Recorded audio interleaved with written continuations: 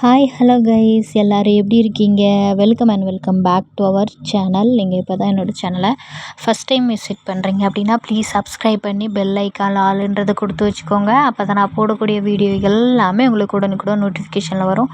நீங்களும் சீக்கிரமாக பார்க்கலாம். இந்த வீடியோ வந்து பார்த்தீங்க அப்படின்னா ஒரு 2 days மார்னிங் என்னோடய குக்கிங் ரொட்டீன் அண்டு கொஞ்சம் கொஞ்சம் என்னோடய மெமரிஸ் அது எல்லாமே வந்துட்டு இந்த வீடியோவில் இருக்கும். ரொம்ப என்டர்டெயின்மெண்ட்டாக இருக்கும். உங்களுக்கு வந்து டைம் பாஸ் ஆகணும் அப்படின்னா உங்களோட ஃப்ரீ டைமில் ஒரு டீ காஃபி போட்டு வச்சுட்டு இந்த வீடியோவை பாருங்கள். என் கூட பேசுகிற மாதிரி உங்களுக்கு இந்த வீடியோவில் அதாவது கனெக்ட் ஆகுற மாதிரி ஃபீல் ஆகும். ஏன்னா நிறைய பேர் அப்படி தான் சொல்கிறீங்க. லாங் வீடியோவில் நீங்கள் வந்து இந்த மாதிரி விலாக் போடுறது வந்து ஒரு ஃபோன்லேயோ இல்லை நேரில் நம்ம பேசுனா எப்படி இருக்கும் அந்த மாதிரி இருக்குது சிஸ்டர், அடிக்கடி வீடியோ போடுங்க லாங் வீடியோ அப்படின்ற மாதிரி சொல்லியிருந்தீங்க. ஸோ அதனால் இந்த வீடியோ வாங்க வீடியோக்குள்ளே போகலாம். எப்பயுமே வந்துட்டு இப்போ வந்து ஹஸ்பண்ட் ஐயப்பன் கோயிலுக்கு மாலை போட்டிருக்கிறதுனால காலையிலே எந்திச்சிட்டு குளிச்சுட்டு ட்ரெஸ் வாஷ்லாம் பண்ணிவிட்டு அந்த ட்ரெஸ்ஸை புழிஞ்சி ஒரு வாட்டாவில் வச்சுட்டு இங்கே வந்து சாப்பாட்டுக்கு ஒலை வச்சுட்டு இப்போ சாம்பார்னால் அந்த பருப்பை வேக வச்சுட்டு காய்கறி எல்லாம் கட் பண்ணி வச்சுட்டு அந்த துணியை காய வச்சுட்டு அப்படியே ரெகுலராக ஒர்க் பண்ணுவேன். அதே மாதிரி தான் இன்றைக்கி வந்து சாம்பார் தான் பண்ண போகிறேன். அந்த பக்கம் வந்துட்டு நான் ஆல்ரெடி சாப்பாடு ஆக்கி வச்சுட்டேன். அதுக்கப்புறம் தான் சரி வீடியோ எடுக்கலாம் அப்படின்ற மாதிரி. எனிவே சாம்பாருக்கு வந்துட்டு பருப்பு வந்து இந்த பக்கம் ஊற போட்டிருக்கேன். அதுக்கப்புறம் எல்லாத்துலேயும் ஒரு கொஞ்சம் கொஞ்சம் காய்கறி எடுத்து கழுவி அதை வந்து கட் பண்ணி அதுக்குள்ளே போட்டு மொத்தமாக வேக வச்சு அந்த மாதிரி பண்ணுறேன். ஸோ நீங்கள் வந்து உங்களோட கண் வீடியோவை பார்க்கட்டும், காது நான் பேசுகிறத கேட்கட்டும், உங்களுக்கு போர் அடிக்காமல் இருக்கும். ஓகேங்களா? ஓகே, நான் என்ன வந்து இந்த வீடியோவில் மேக்ஸிமம் பேச போகிறேன் அப்படின்னா என்னோடய ஸ்கூல் அந்த காலேஜ் இதுக்கு முன்னாடி உள்ள அந்த ஹாஸ்டல் மெமரிஸ் அதை பற்றி தான் வந்துட்டு பேச போகிறேன். என்னென்னு பார்த்தீங்க அப்படின்னா நான் படித்தது ஃபுல்லாகவே வந்துட்டு கவர்மெண்ட் ஸ்கூல் தான் 10th வரைக்குமே.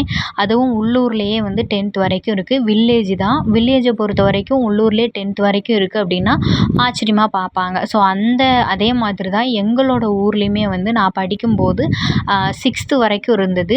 அதுக்கப்புறம் வந்து வெளியே தான் போய் படிக்கணும். ஆனால் எங்களோட அதிர்ஷ்டமாக என்னன்னு தெரியலை, நாங்கள் வந்து ஒரு 6ஆம் படிக்கிற அந்த ஸ்டேஜில் 5 அந்த ஸ்டேஜில் வந்து பார்த்திங்க அப்படின்னா எங்கள் ஊரில் நிறையா பிள்ளைங்க படிக்கிறாங்க அந்த மாதிரி எழுதியெல்லாம் கொடுத்து மனு கொடுத்து எங்கள் ஊரில் வந்து 10th வரைக்கும் வந்தது.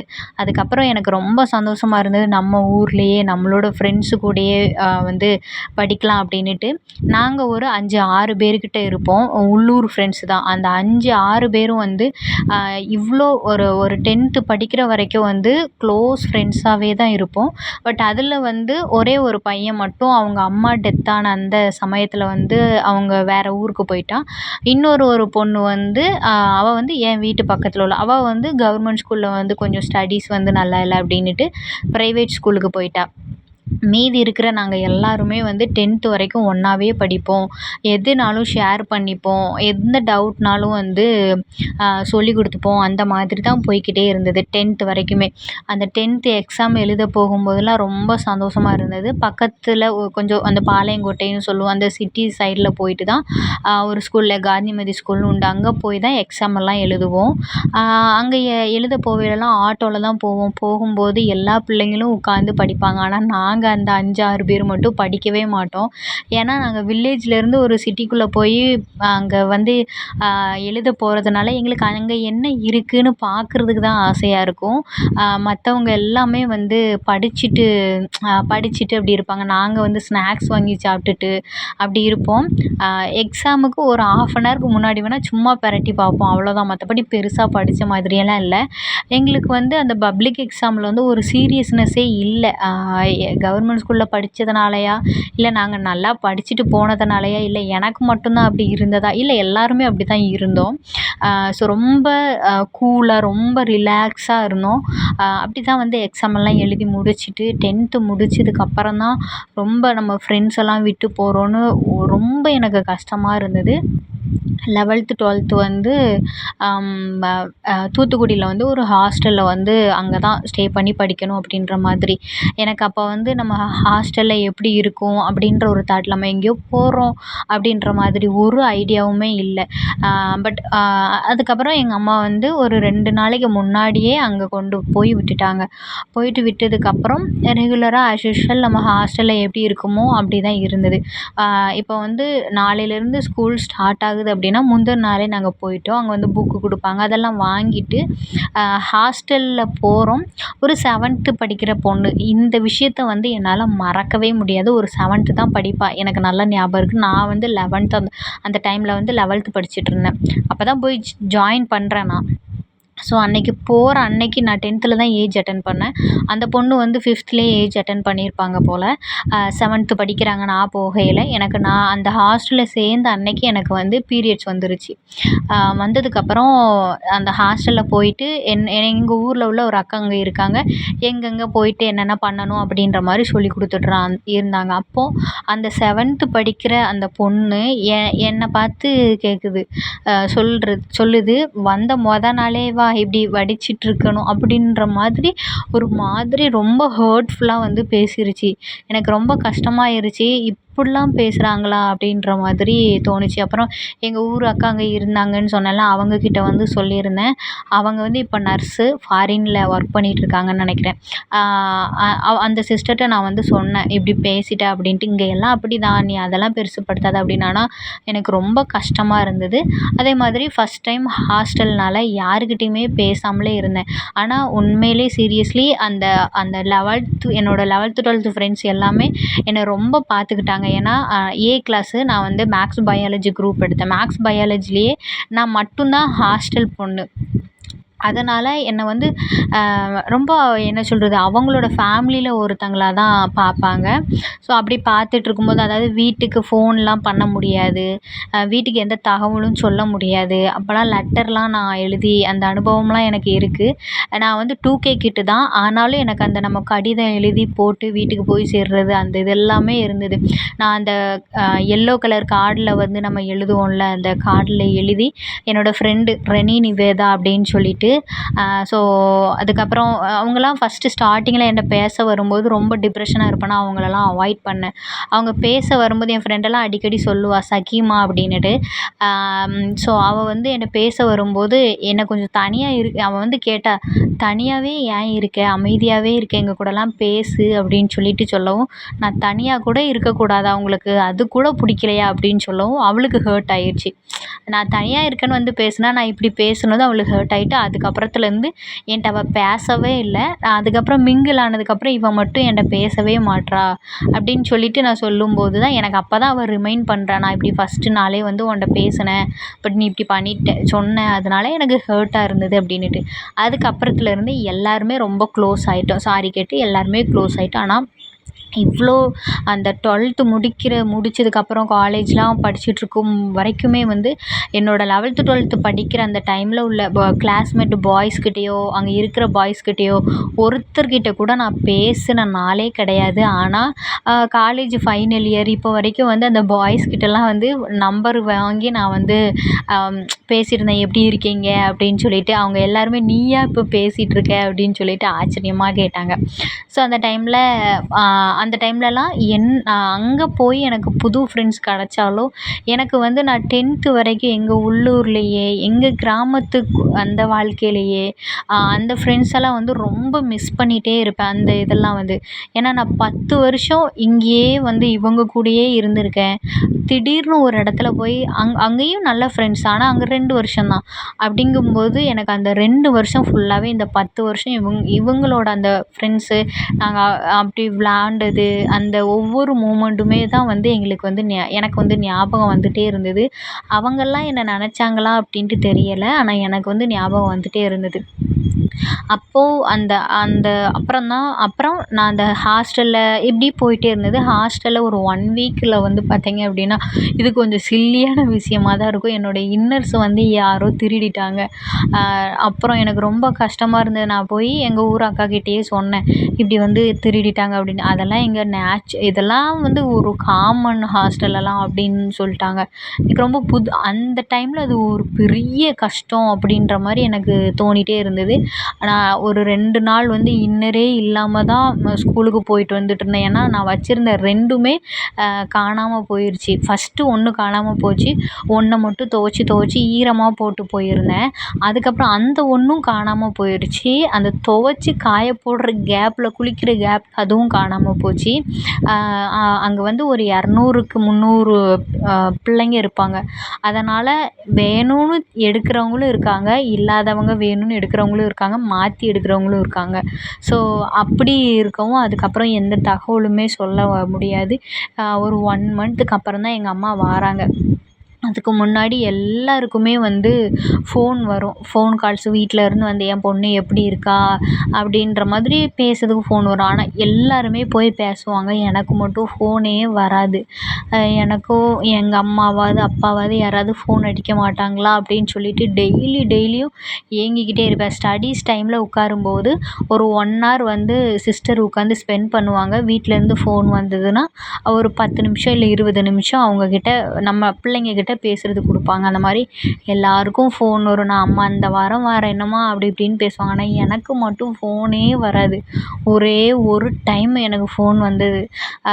அப்போ வந்து கனகலட்சுமி உங்கள் வீட்டிலேருந்து உங்கள் அம்மா பேசுகிறாங்க அப்படிங்கவும் அவ்வளோ ஒரு சந்தோஷம்.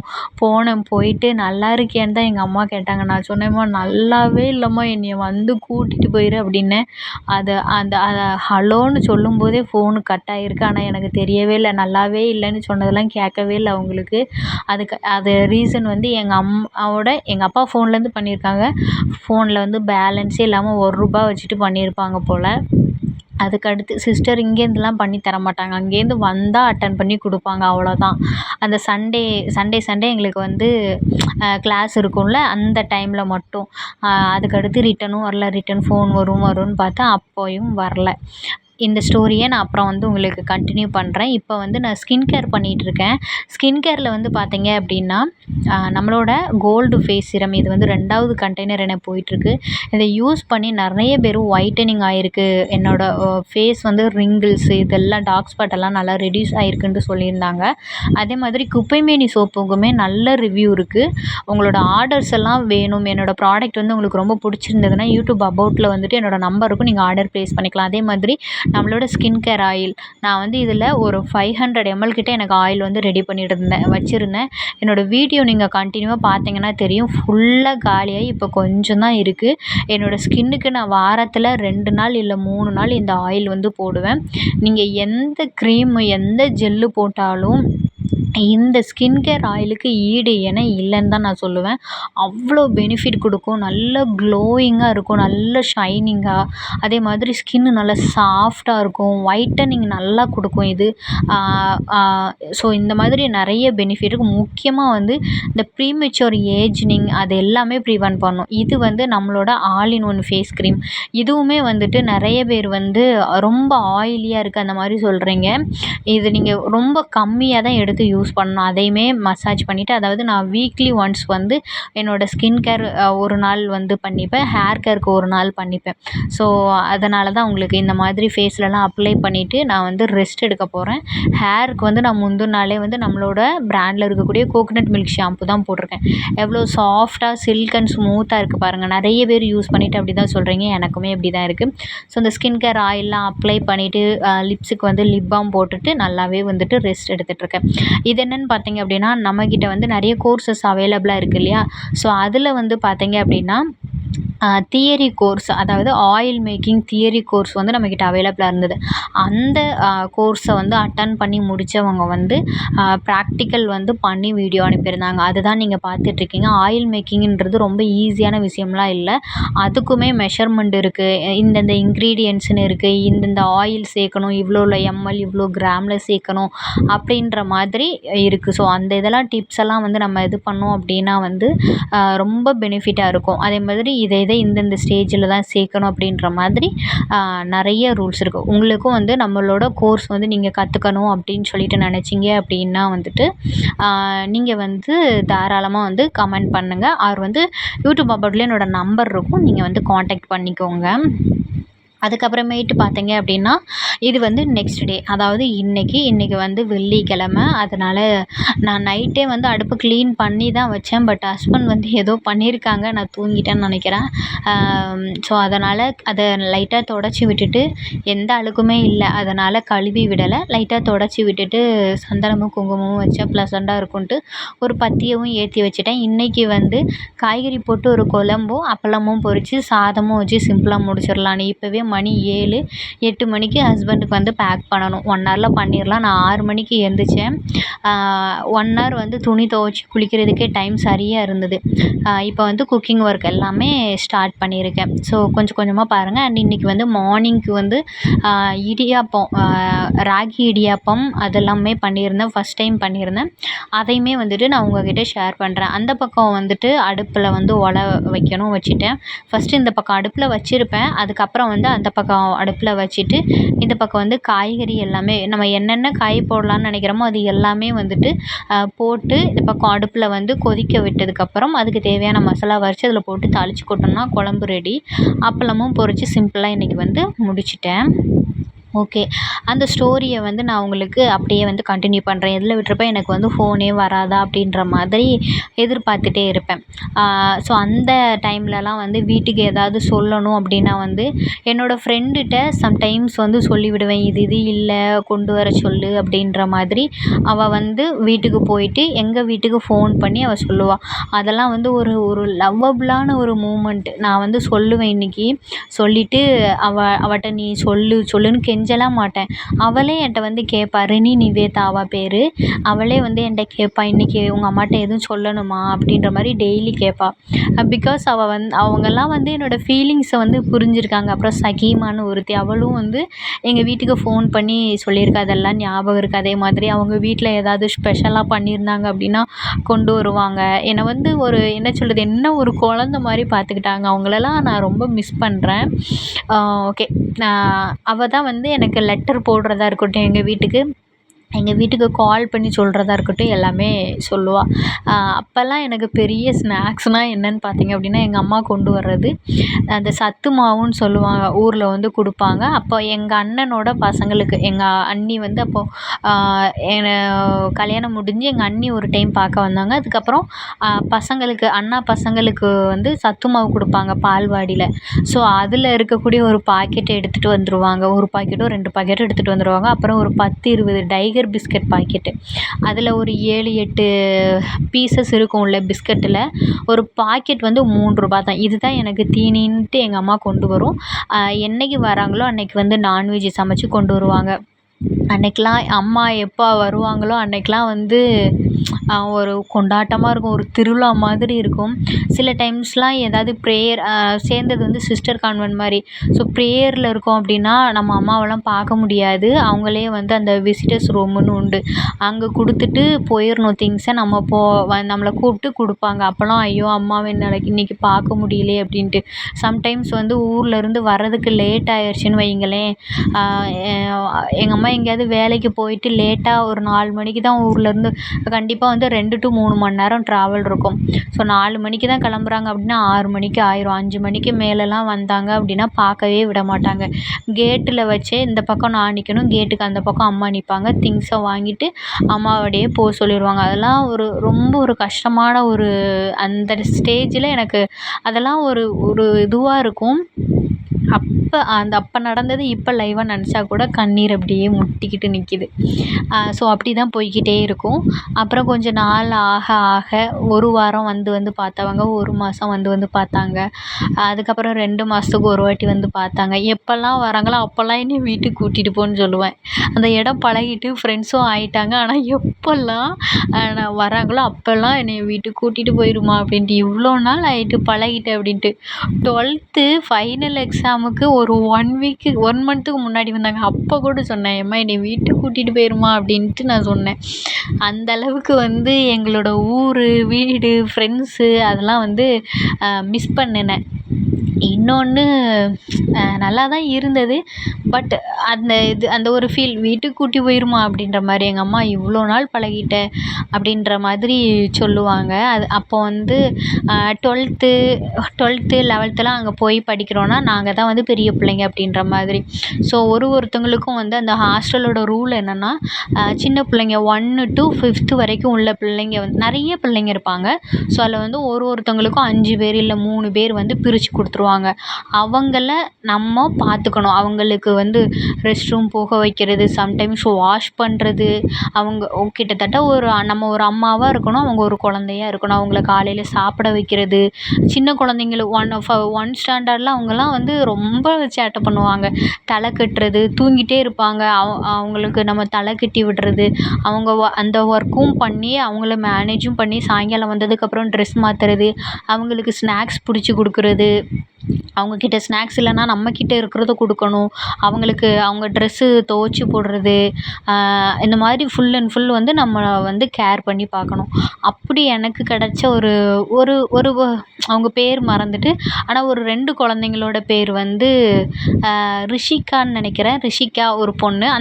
அந்த பொண்ணு வந்து ஒரு 6 மந்த் என்கிட்ட இருந்தா. அப்புறம் வந்து என்னோட கிளாஸ்மேட்டுக்கிட்ட மாற்றி விட்டாங்க. அதுக்கப்புறம் எனக்கு வந்த அந்த 2 பொண்ணு அக்கா தங்கச்சி 2 பேரும் எனக்கு மாற்றி விட்டாங்க. மலைச்செல்வி அவங்க பேர் வந்து, அக்கா பேரும் அதுதான், கலைச்செல்வியா மலைச்செல்வியான்னு தெரியல. அக்கா பேரும் அதே பேர் தான், தங்கச்சி பேரும் அதே பேர் தான். ஸோ அவங்கள வந்து என்கிட்ட வந்து பிரித்து விட்டுருந்தாங்க. அவங்களுக்கு ஃபுல்லாக என்கிட்ட என்ன ஸ்நாக்ஸ் இருக்கோ அதை அவங்களுக்கு உருண்டை பிடிச்சி கொடுப்பேன். அவளோட தங்கச்சி வந்து 2nd ஸ்டாண்டர்டோ அப்படி தான் அவள் படிச்சிட்டு இருந்தா. என் மடியில் தான் படுத்து தூங்குவா. என் ஃப்ரெண்ட்ஸு கூடலாம் டைம் ஸ்பெண்ட் பண்ணுறனோ இல்லையோ, அவங்க கூட நான் டைம் வந்து ஸ்பெண்ட் பண்ண ஆரம்பித்தேன். ரொம்ப வந்து க்ளோஸ் ஆக ஆரம்பிச்சிட்டேன். அவங்க இல்லைன்னா நான் இல்லை. அவங்க என்னைய எப்படி நினச்சாங்கன்னு தெரியல. ஆனால் அந்த 2 பிள்ளைங்க இல்லைன்னா நான் இல்லை அப்படின்ற மாதிரி. அவங்க இல்லைன்னா எனக்கு ரொம்ப சேடாக இருக்கிற மாதிரி இருக்கும். திடீர்னு அவங்க ஊருக்கு போயிட்டாங்கனாலும் சேடாக இருக்கிற மாதிரி இருக்கும்.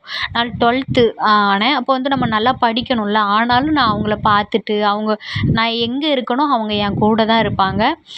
சாப்பிட்ற டைம் மட்டும் தனியாக இருக்கணும். சாப்பாடு ஏதாவது ஸ்பெஷலாக எனக்கு எக்ஸ்ட்ரா கிடச்சிது அப்படின்னா அவளுக்கு கொஞ்சம் கொடுக்குறது, அந்த மாதிரி போய்க்கிட்டே இருந்தது. எனக்கு சத்து மாவுன்னு தானே சொன்னேன் அந்த ஸ்நாக்ஸு. அதுவுமே எக்ஸ்ட்ரா இருந்தது அப்படின்னா அவங்களுக்கு வந்து உருண்டை பிடிச்சி கொடுக்குறது, தலை சீவி விடுறது, இந்த மாதிரி போய்க்கிட்டே இருக்கும். சில டைம் காலையிலலாம் குளிக்கவே மாட்டேன்னு அடம் பிடிப்பாங்க. தண்ணி ஏன்னா குளிரும். ஒரு பெரிய தொட்டி மாதிரி இருக்கும். அந்த தொட்டி நிறைய தண்ணி இருக்கும். அதில் தான் வந்து நம்ம குளிக்கணும். ஸோ குளிக்க மாட்டேன்னு சொல்லுவாங்க. நம்ம வந்து ஏதாவது சொல்லி, "உனக்கு இன்றைக்கி சத்து மாவில் 2 உருண்டை தரேன்" அப்படின்னு ஏதாவது சொல்லி குளிக்க வச்சுருவோம். அதுக்கப்புறம் வந்து ஃபைனல் எல்லாம் முடியுது. 12th எல்லாம் முடிஞ்சு முடிய போகிறோம். எல்லாமே பேக் பண்ணி வச்சாச்சு. எனக்கு ரொம்ப சந்தோஷம். நம்ம இனி இந்த ஹாஸ்டலே வரமாட்டோம், ரொம்ப சந்தோஷமாக இருக்குது அப்படின்னு சொல்லிட்டு எல்லாம் பேக் பண்ணி எங்கள் அம்மாட்டையும் சொல்லிட்டேன், "எம்மா நான் முடிச்சிட்டேம்மா, 12th முடிச்சிட்டேன், என்னைய கூட்டு போயிரு" அப்படின்னு சொல்லிட்டு எல்லாமே பேக் பண்ணி வச்சாச்சு. ஆனால் அந்த 2 பிள்ளைங்களும் 2 கால் இருக்குல்ல, காலை கட்டி பிடிச்சிட்டு அழுதாங்க. இந்த பக்கம் ஒரு பொண்ணு, அந்த பக்கம் ஒரு பொண்ணு. ஸோ அந்த 2 பிள்ளைங்களுமே வந்து, "அக்கா எங்களை விட்டு போகாதீங்கக்கா" அப்படின்னு சொல்லிட்டு, ஒன் செகண்ட் சாரி. ஸோ அந்த 2 பிள்ளைங்களுமே அப்படி அழுதாங்க. ஏன்னா எங்கள் அம்மா வந்து என்னைய விட்டுட்டு போனாங்கல்ல ஹாஸ்டலில். எங்கள் அம்மாட்ட நான் சொல்லியிருப்பேன்ல, "அம்மா என்னைய விட்டுட்டு போகாதம்மா, என்னைய வீட்டுக்கு கூட்டிகிட்டு போயிரும்மா" அப்படின்ட்டு. அதே மாதிரி அந்த 2 பிள்ளைங்களும், அக்காளும் தங்கச்சியும், அக்கா ஒரு சைடு கால், தங்கச்சி ஒரு சைடு கால். அவங்களுக்கு அவ்வளோ தூரம் தானே எட்டும். நான் ஹைட்டாக வேற இருப்பேனா, காலை கட்டி பிடிச்சிட்டு போகாதீங்கக்கா போகாதீங்கக்கா அப்படின்னுட்டு. ஆனால் நான் ரொம்ப கல்லஞ்சக்காரி. நான் அவங்கள ஆறுதல் சொல்லிட்டு விட்டுட்டு வந்துட்டேன்ல. நான் அங்கே அடுத்து இருக்கவும் முடியாது. நான் அவங்க மேலே உண்மையான பாசம் வச்சுருந்தா கூட்டிகிட்டு தானே வந்திருக்கணும். ஆனால் இல்லை பார்த்தீங்களா, நான் ரொம்ப கல்லஞ்சக்காரியாக இருந்திருக்கேன். அப்படி தான் எனக்கு தோணுது. ஆனால் அவங்கள ரொம்ப நல்லா பார்த்துருந்தேன்னா, சில பேர் வந்து என்ன பண்ணுவாங்க அப்படின்னா, அப்படி நல்லா பார்த்துக்க மாட்டாங்க அந்த பிள்ளைங்க. அது எப்படி போனால் என்ன அப்படின்ற மாதிரி கேர் பண்ணி பார்த்துக்கவே மாட்டாங்க. ஸோ அந்த பிள்ளைங்கள வந்து நான் சீரியஸ்லி நல்லா பார்க்க கண்டு தான் அந்த பிள்ளைங்க வந்து போகாதீங்க அப்படின்னு அந்த ஃபைனல் டே வந்து என்னை அப்படி இது பண்ணாங்கன்னா, அதை எனக்கு எத்தனை குழந்தைங்க வந்து அதை என்னைய வந்து அம்மான்னு கூப்பிட்டாலும் அதுவும் ஒரு ஃபீல் தான். பட் அந்த பிள்ளைங்க என்னை ஃபஸ்ட் டைம் வந்து காலை பிடிச்சி போகாதீங்க அப்படின்னு சொல்லும்போது கஷ்டமாக இருந்தது. நான் அதுக்கப்புறம் அக்கா போயிட்டு உங்களுக்கு நிறைய திங்ஸ் வாங்கிட்டு வர போகிறேன், உங்கள்கிட்ட எதுவுமே இல்லைல்ல, அக்கா படித்து முடிச்சிட்டேன், வேலைக்கு போக போகிறேன், உங்களுக்கு நிறைய வாங்கிட்டு வர போகிறேன் அப்படின்னு சொல்லிட்டு அதுக்கப்புறம் அவங்கள விட்டுட்டு வீட்டுக்கு வந்துட்டேன். வீட்டுக்கு வந்ததுக்கப்புறம் ஒரு மாதம் வந்து என்னால் நிம்மதியாகவே இருக்க முடியல. எங்கள் அம்மாட்ட வந்து சொல்லியிருந்தேன், "அம்மா எனக்கு ஹாஸ்டல் போகணுன்ட்டு இருக்குமா" அப்படின்ட்டு நான் எங்கள் அம்மாட்ட சொன்னேன். "ஹாஸ்டல் போகணுன்ட்டு இருக்குது, நான் இங்கே ஏன் வந்தேன்னு இருக்குது" அப்படின்னு. பிகாஸ் அந்த பிள்ளைங்கள விட்டு என்னால் இருக்க முடியல. என்ன பண்ணுவாங்க அந்த பிள்ளைங்க, யார் கையில் போய் மாட்டுவாங்க அப்படின்ற மாதிரி. ஏன்னா நாங்கள் படித்த அந்த ஹாஸ்டலில் வந்து ஒரு குழந்தைங்களுக்குமே வந்து ஒரு ஃபேமிலி பேக்ரவுண்ட் இருக்கும். ரொம்ப கஷ்டப்பட்ட ஃபேமிலி. ஒன்று வந்து அப்பா இன்னொருத்தவங்க கூட அஃபேராக இருக்கலாம், இல்லை அம்மா இன்னொருத்தவங்க கூட அஃபேராக இருக்கலாம், இல்லை அப்பா அம்மா இல்லாதவங்களா இருக்கலாம், பாட்டி தாத்தா வளர்க்குறவங்களா இருக்கலாம், ஃபேமிலியில் இந்த மாதிரி இஷ்யூவாக இருக்கும், இல்லை அப்பா வந்து ரொம்ப ட்ரிங்க்ஸ் பண்ணுவாங்க, அதனால் படிப்பு பிள்ளைங்களுக்கு கொடுக்க முடியல அப்படின்ற ரீசனாக இருக்கலாம். எனக்கெலாம் வந்து மேக்ஸிமம் அவங்க அப்பா அம்மா நல்லா இருக்காங்க அப்படின்னா அந்த ஹாஸ்டலில் சேர்த்துக்க மாட்டாங்க. ஸோ எங்கள் அம்மா எனக்கு அட்மிஷன்லாம் போட்டாங்க. அட்மிஷன் கிடச்சிருச்சு. மேக்ஸ் பயாலஜி 10th வந்து 144 மார்க் எடுத்திருந்தேன். சோஷியலெல்லாம் சென்டம் போட்டிருந்தேன். ஸோ அதனால் எனக்கு ஈஸியாக கிடச்சிருச்சு. ஆனால் ஹாஸ்டலில் கிடைக்கிறது தான் பெரிய விஷயம். அங்கே வந்து அப்பா அம்மா நல்லா இருந்தாலும் அங்கே கிடைக்காது. ஏதாவது கஷ்டம்னு இருந்தால் மட்டும்தான் சேர்த்துப்பாங்க. எங்கள் அம்மா வந்து அழுது இது பண்ணாங்க, சேர்த்தாங்க. எப்படின்னா, என் வீட்டுக்காரர் குடிகாரையா சேர்த்துக்காங்க, என் பிள்ளைய ஹாஸ்டலில் வச்சு வளர்த்துருங்க, என்னை படிக்க வைக்க முடியாது அப்படின்ற மாதிரி வந்து கேட்டாங்க. எனக்கு அங்கே சேர்க்கவும் செஞ்சிட்டோம், அட்மிஷனும் போட்டாச்சு. என்னோட பேர் லிஸ்ட் எப்படி இருக்கும்னா, ரொம்ப பாவப்பட்ட பிள்ளை அப்படின்ற லிஸ்ட்டில் தான் இருக்கும். எப்படின்னா சோப்பு, அந்த ஷாம்பு, அது எல்லாமே வந்து ஹாஸ்டல்லே கொடுத்துருவாங்க. முக்கியமான ஒரு விஷயம் என்னென்னா, நான் காலேஜ் செகண்ட் இயர் எங்கள் அப்பா டெத்து வரைக்குமே வந்து நான் சின்ன பிள்ளையில எனக்கு எப்போவாவது வாங்கி தந்திருப்பாங்க ட்ரெஸ் எல்லாம். நான் சின்ன பிள்ளையிலேருந்து அந்த காலேஜ் செகண்ட் இயர் வரைக்கும் வந்து புது ட்ரெஸ்ஸு நான் அனுபவித்து போட்டேன் அப்படின்னா வந்து ரொம்ப கம்மி. 1, 2 இல்லைன்னா 5க்குள்ளே தான் இருக்கும். மற்ற ட்ரெஸ் எல்லாமே யாராவது போட்டு கொடுப்பாங்கல்ல, அந்த மாதிரி ட்ரெஸ்ஸாக இருக்கும். எங்கள் அத்தை வீட்டில், எங்கள் அப்பாவோட அத்தை வீட்டில் வந்து கேர்ள்ஸ் வந்து நிறைய பேர். ஸோ அதனால் அவங்க போட்டு தாரது இல்லைன்னா அந்த மாதிரி தான் இருக்கும். அப்போல்லாம் வந்து எனக்கு எப்படி இருக்கும்னா, அவங்க கொடுக்குறது வந்து புது ட்ரெஸ்ஸு நமக்காக வாங்கி கொடுக்காங்க அப்படின்ற மாதிரி அந்த காலத்தில் அப்போ எனக்கு தோணும். ஆனால் நான் அந்த ட்ரெஸ்ஸை எடுத்து பார்க்கும்போதெல்லாம் வந்து அந்த இப்போ உமன்ஸ் தானே போட்டிருப்பாங்க பீரியட்ஸ் ஆனது, அதை நீட்டாக துவைக்காம அந்த மாதிரி இருக்கும். ஆனால் நான் அதையுமே போட்டிருக்கேன். அப்புறம் ஹாஸ்டலில் ஸ்டே பண்ணும்போது ஒரு பெரிய பண்டல் மாதிரி இருக்கும். ரொம்ப பெருசு. அதை நம்ம எந்த அளவுக்கு சொல்லணும்னு தெரில. ஒரு பெரிய பண்டல் இருக்கும். லாரி இல்லை ட்ரக்கு அந்த மாதிரி பெரிய இதில் வச்சு வந்து கொண்டு வருவாங்க. அதை அப்படியே உருட்டி விடுவாங்க. நம்ம ஹாஸ்டல் இருக்கும்ல, அதுக்கு முன்னாடி மண் தரை அப்படி தான் இருக்கும். அதில் உருட்டி விடுவாங்க. அது எப்போ வரும் அப்படின்னு சொல்லிட்டு காத்துட்ருப்போம். அது 6 month ஒன்ஸு இல்லைன்னா வந்து ஒரு 5th அந்த மாதிரி ஒரு குறிப்பிட்ட கேப்பில் வந்து வரும். அந்த பண்டல் அப்படியே உருட்டி விடுவாங்க. உருட்டி விடவும் சிஸ்டர் வந்து விசில் அடித்து எல்லாத்தையும் அசெம்பிள் பண்ணுவாங்க. அதுக்கப்புறம் வந்து எல்லோரும் போய் நிற்போம். அதில் ஆளாக ஓடி போய் நிற்கிறது நானாக தான் இருப்பேன். நின்று அந்த பண்டலை ஓப்பன் பண்ணுவாங்க. அதில் ஃபுல்லாக ட்ரெஸ்ஸு தான் இருக்கும். ஃபாரினர்ஸ் போட்டது, டெய்லர் கிளாஸில் தச்சு பழகுனது, இல்லை ரொம்ப ரிச்சாக இருக்கிறவங்க ஒரு நாள் போட்டது, இல்லை 2 நாள் போட்டது, இல்லை பழைய ட்ரெஸ்ஸு, அந்த மாதிரி ஃபுல்லாக இருக்கும் பார்த்துக்கோங்க. அதுதான் எங்களை பொறுத்த வரைக்கும் சரவணா ஸ்டோரு, போத்தீஸு இப்போ நம்ம போயிட்டுருக்கோம்ல, எங்களை பொறுத்த வரைக்கும் அந்த பண்டல் தான் ஒரு கடை.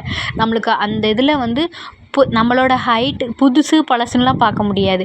நம்மளோட ஹைட்டுக்கு நம்மளுக்கு சேர்ற மாதிரி உடம்புக்கு எந்த ட்ரெஸ் இருந்தாலும் அதை நம்ம எடுத்துக்கலாம். எத்தனை ட்ரெஸ்னாலும் எடுத்துக்கலாம். அதை மாதிரி எல்லாருக்குமே உண்டு. அதாவது ஒரு பண்டலுக்கும் இப்போ வந்து இந்த கிளாஸ் டு இந்த கிளாஸ் தான் எடுக்கணும் அப்படின்ற மாதிரிலாம் கிடையாது. சில டைம் அப்படி போட்டிருப்பாங்க. ஆனால் சின்ன குழந்தைங்கள்லேருந்து ஃபஸ்ட்டு ஸ்டாண்டர்ட் செகண்ட், ஏன்னா சின்ன குழந்தைங்க ட்ரெஸ்ஸையும் நம்ம எடுத்து நம்ம போட முடியாது, நம்ம ட்ரெஸ்ஸை அவங்க எடுத்து போட முடியாது. ஆனால் ஒரு கிளாஸ் வைஸ் பார்த்திங்க அப்படின்னா இந்த ஹைட்டாக இருக்கிறவங்களும் இருப்பாங்க. அவங்க நம்மளுக்கு பிடிச்ச மாதிரி அந்த மாதிரி எடுத்துக்கணும். அப்படி ஒரு 6 ட்ரெஸ்ஸு நான் அதில் இருந்து எடுத்தேன். ஒரு பிங்க் கலர், அதில் நல்ல ஜிகினா வச்சுருக்கோம். அப்புறம் ஒரு ப்ளூ கலரு, அப்புறம் இன்னொரு டாப்பு. அந்த ஒரு டாப்லாம் வந்து என்கிட்ட இன்னும் இருக்குது. நான் மேரேஜ் பண்ணும்போது அந்த டாப்போடு தான் வந்தேன். அந்த டாப்ஸ் வந்து என்கிட்ட இன்னும் இருக்குது. அந்த 6 டாப்பு அதுதான் வந்து நான் காலேஜுக்கு அட்மிஷன் போட்டு போனதுக்கப்புறமும் நான் ஹாஸ்டல் போனேன். அங்கே நான் காலேஜ் சேரும்போது நானே சொல்லிட்டேன் எங்கள் அம்மாட்ட, நான் வந்து காலேஜ்லேயே போய் படிச்சுக்கிறேம்மா, எனக்கு வீட்டிலேருந்துலாம் நான் படிக்கலை, காலேஜுக்கே போய்க்கிறேன் அப்படின்னு சொல்லிட்டு. இந்த 10th ஸ்டாண்டர்டு முடிக்க வரைக்குமே வந்து எங்கள் அப்பா வந்து பயங்கரமாக ட்ரிங்க்ஸ் பண்ணுவாங்க. டெய்லி வந்து வீட்டில் சண்டை நடந்துக்கிட்டே இருக்கும். சரியான சாப்பாடு இருக்காது.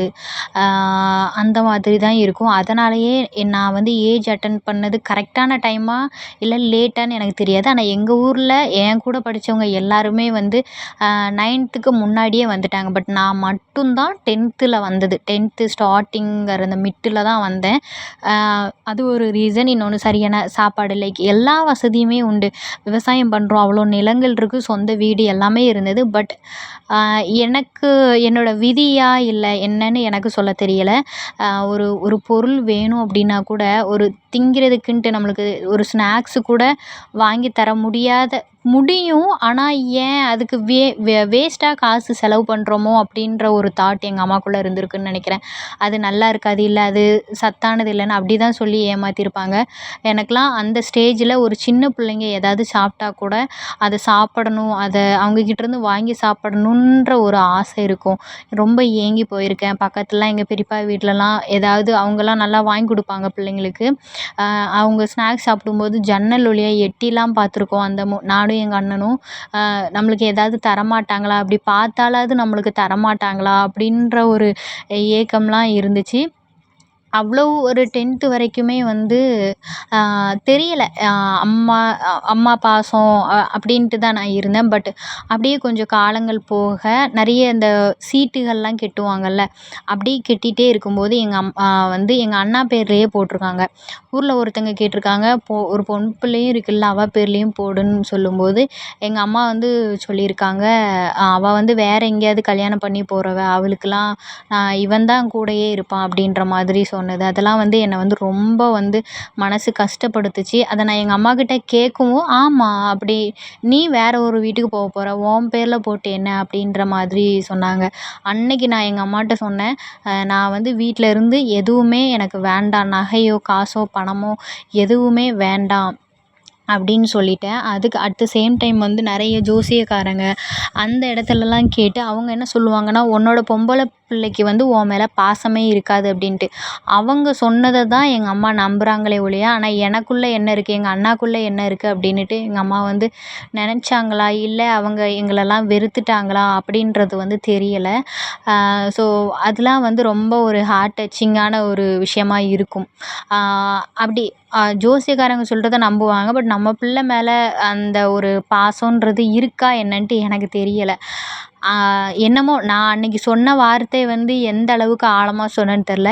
அதே மாதிரி தான் இன்றைக்கி எனக்கு நடந்திருக்கு. நான் வந்து லவ் மேரேஜு. ஸோ அதனால் எங்கள் வீட்டிலேருந்து நான் எதுவுமே இது நாள் வரைக்கும் வாங்கினதும் இல்லை, கொண்டு வந்ததும் இல்லை. நகையாக இருக்கட்டும், காசாக இருக்கட்டும், பணமாக இருக்கட்டும், நான் அதுக்காக ஒரு நாள் நான் ஏங்கினதும் கிடையாது. ஆனால் எதுக்காக நான் ஏங்கியிருக்கேன் அப்படின்னா, அம்மா நம்ம ஃபேமிலியாக இருக்கணும், அம்மா நம்மகிட்ட பேசணும், நமக்கும் நம்ம சைட்லேயும் ஃபேமிலி இருக்குது அப்படின்னுட்டு வந்து நான் ஏங்கியிருக்கேன். நம்மளுக்கு ஏதாவது ஒரு கீழே மேலே ஒரு ப்ராப்ளம் ஆச்சுன்னு வைங்களேன், நமக்கும் அம்மா அப்படி இருக்காங்க, வந்து நிற்பாங்க, நம்மளுக்கும் கேட்குறதுக்கு ஆள் இருக்குது அப்படின்னு இருந்தால் நல்லாயிருக்கும்னு நினச்சிருக்கேன். பட் அம்மாவுக்கே அப்படி இப்போல்லாம் நான் லவ் மேரேஜின்றதுனால அவங்க வெறுத்துட்டாங்கன்னு நினைக்கிறேன். ஆனால் அதுக்கு முன்னாடி நிறைய கேழ்வார் பேச்சுன்ட்டு அந்த மாதிரி கேட்டு என்னையுமே ரொம்ப ஹர்ட் பண்ணியிருக்காங்க. அதெல்லாம் சொல்லி நம்ம வந்து இப்போ ஒரு பிரயோஜனம் இல்ல. எது நடக்குதோ அது அதுபடியே நடக்கட்டும் அப்படின்னுட்டு. ஸோ இதுதான் நேத்து கூட நானும் என் ஃப்ரெண்டும் டிஸ்கஸ் பண்ணோம். இப்படி என்னோட ஃபேமிலி சிச்சுவேஷன் அப்படி "உனக்கு நகை இல்லன்ட்டு ஃபீல் இல்லையா?" அந்த மாரிலாம் கேட்டிருக்கா. எனக்கு இது நாள் வரைக்கும் நான் எங்க வீட்ல இருக்கும்போது கூட நான் பெருசா எதுவுமே போட்டதே இல்ல. அதனால எனக்கு அதுல எதுவுமே இன்ட்ரெஸ்ட் இல்ல. ஸோ இப்படி நான் வளர்ந்ததுனாலயே யாராவது வந்து லைட்டா கஷ்டப்பட்டா கூட என்ட்ட இருக்கிறத தூக்கி குடுத்துறணும் அப்படின்ற ஒரு மைண்ட் செட்டு தான் இருக்கும். அதனால தான் இன்னி வரைக்கும் வந்து என்ட்ட ஒரு ரூ. 1000 ரூ. 2000 எக்ஸ்ட்ரா இருந்தா கூட ஏதாவது ஒரு ட்ரஸ்ட்டுக்கோ, இல்ல வந்து காப்பகத்துக்கோ வந்து டொனேட் பண்ணிறலாம் அப்படின்ற ஒரு மைண்ட் செட் இருக்கும். அதே மாதிரி யாராவது அவங்களோட கஷ்டத்த சொல்லி ஃபீல் பண்றாங்க அப்படின்னா, அந்த சமயம் சும்மா ஆறுதல் சொல்லிட்டு அனுப்பாம, அவங்களோட பிரச்சனைய என்னோட பிரச்சனையா வச்சு யோசிச்சு பார்த்துட்டே இருப்பேன். என்னோட மெயின் வீக்னஸே அதுதான். என்னோட பிரச்சனையே அங்க ஏராளம் இருக்குன்னு வைங்களேன். அடுத்தவங்க பிரச்சனையும் நான் என்னோட பிரச்சனையா வச்சு யோசிச்சுக்கிட்டே இருப்பேன். அது அந்த ஓவர் திங்கிங் வந்து என்ன ரொம்ப டிப்ரஷன்ல கூட சம்டைம்ஸ் வச்சிருக்கும். ஸோ என்னன்னா, எதுவுமே நிரந்தரம் இல்ல. இருக்கிறம்போது அத வந்து நம்ம சந்தோஷமா வாழ்ந்துட்டு போயிட்டே இருக்கணும். முன்னாடிலாம் இந்த ராகி புட்டுலாம் ஃபர்ஸ்ட் டைம் சாப்பிட்றேன். நான் சொன்னேன்ல முன்னாடிலாம் சாப்பாடு அப்படின்னா வந்து எனி டைம் வந்து சோறு, இது இட்லினா எப்பயாவது வருஷத்துல 2 டைம் அப்படிதான். குழம்புன்னு நான் வெரைட்டியா எதுவுமே சாப்பிட்ட மாதிரி எனக்கு ஞாபகம் இல்ல. பட் எங்க அப்பா வந்து இந்த ஆடு அதெல்லாம் உரிக்கிறதுக்கு போவாங்க. அப்ப நான்வெஜ் சாப்பிட்ருக்கேன். எங்க அம்மாவ பொறுத்தவரைக்கும் இந்த நம்ம சாப்பிட்டு சந்தோஷமா இருக்கிறது அப்படின்றது வந்து எங்க அம்மாவ பொறுத்தவரைக்கும் வேஸ்ட்டா செலவு பண்றோம். தேவையில்லாத செலவு அப்படின்ட்டு. ஆனா நம்ம அப்போ வளர்க்கல அப்படின்னா இப்போ இல்ல தானே! அதாவது என்ன சொல்றேன்னா, நான் ஏஜ் அட்டெண்ட் பண்ண புதுசுலலாம் வந்து ஹெல்த்தியா எனக்கு குடுக்கணுன்ட்டு எங்க அம்மா தந்ததில்லன்னு நான் சொல்ல மாட்டேன். நான் சாப்பிட்டது இல்ல அப்படின்ட்டு தான் சொல்றேன். அப்படி இருக்கிறதுனாலயோ என்னமோ எனக்கு வந்து இந்த பிரெக்னன்சி ரிலேட்டடா வந்து ஹெல்த் இஷ்யூ இருக்கலாம் அப்படின்ற டாக்டரும் அப்படி தான் சொன்னாங்க. எனக்குமே மைண்ட் செட் அப்படிதான். இப்ப நம்ம என்னதான் வந்து டயட் இருந்தாலும், ரொம்ப ஹெல்த்தியா சாப்பிட்டாலும் டைம் எடுக்குது, லேட் ஆகுது அப்படின்ற ஒரு விஷயம் தான். எனிவே எல்லாமே நன்மைக்கே அப்படின்ற மாதிரி. நான் முன்னாடி இருந்ததுக்கு இப்போ எவ்வளவோ வந்து ரொம்ப நல்லா இருக்கேன். என்னோட ஹஸ்பண்ட் வந்து ரொம்ப நல்லா பார்த்துக்கிறாங்க. என்னோட ஹஸ்பண்ட் வந்து ரொம்ப ட்ரிங்க்ஸ் பண்ணுறது கிடையாது. எந்த பேட் ஹேபிட்டுமே கிடையாது. நான் அப்ப தான் நினைப்பேன், இந்த கஷ்டமெல்லாம் பட்டதுக்கு இவரு கிடைக்கிறதுக்கு தான்ட்டு.